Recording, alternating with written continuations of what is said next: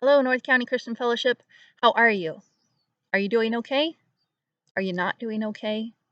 Are you kind of starting to lose it a little? Trust me, you are not the only one. I have to say, though, this whole thing has definitely given me a new perspective on the Israelites and their time in the wilderness. I had always just kind of thought they were a bunch of ungrateful whiners. God gave them food and water and shelter and protection, and they'd be happy for a little while, but then they'd go right back to complaining. And I always wondered why they didn't get it. How could they not see what God was doing? But they were in the wilderness for 40 years. 40 years. We've only been on this little journey for about 6 weeks, or right around 40 days. And I can tell you right here and now, I would have been a terrible Israelite. I would have complained about the food. Ugh, manna again. And I would have questioned the leadership. Are we there yet? I have no doubt that I would have been one of the first ones God struck down along the way. Because wandering is not easy. It wears on a person, and the Israelites are proof of that. Psalm 106 verses 24 and 25 kind of sum up their experience. Then they despised the pleasant land. They did not believe in his word, but grumbled in their tents. They did not listen to the voice of the Lord. The Israelites lost their faith from time to time. They couldn't see what God was doing. All they could see was that they were stuck, with no end in sight, and they were sick of it.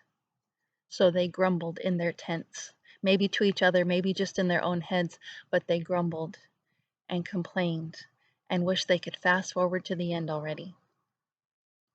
I don't know about you, but there are definitely days that I am grumbling in my tent.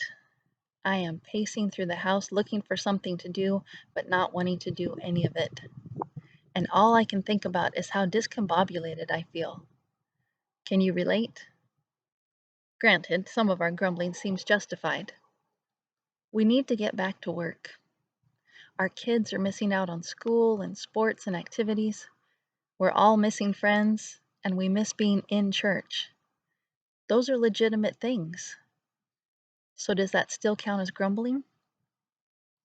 Verse 25. They grumbled in their tents. They did not listen to the voice of the Lord.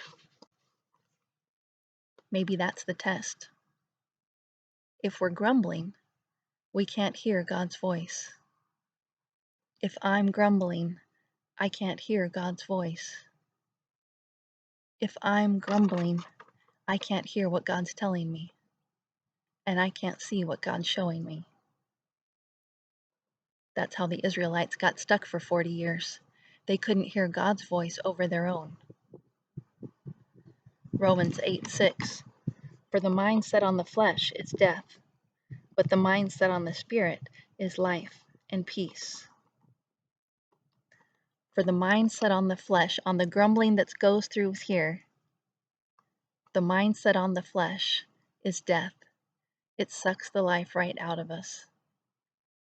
But the mind set on the spirit, on him instead of me, the mind set on the spirit is life and peace.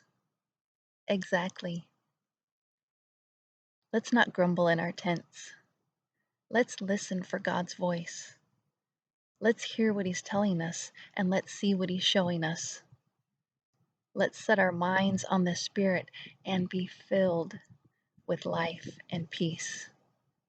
Amen. Enjoy your day.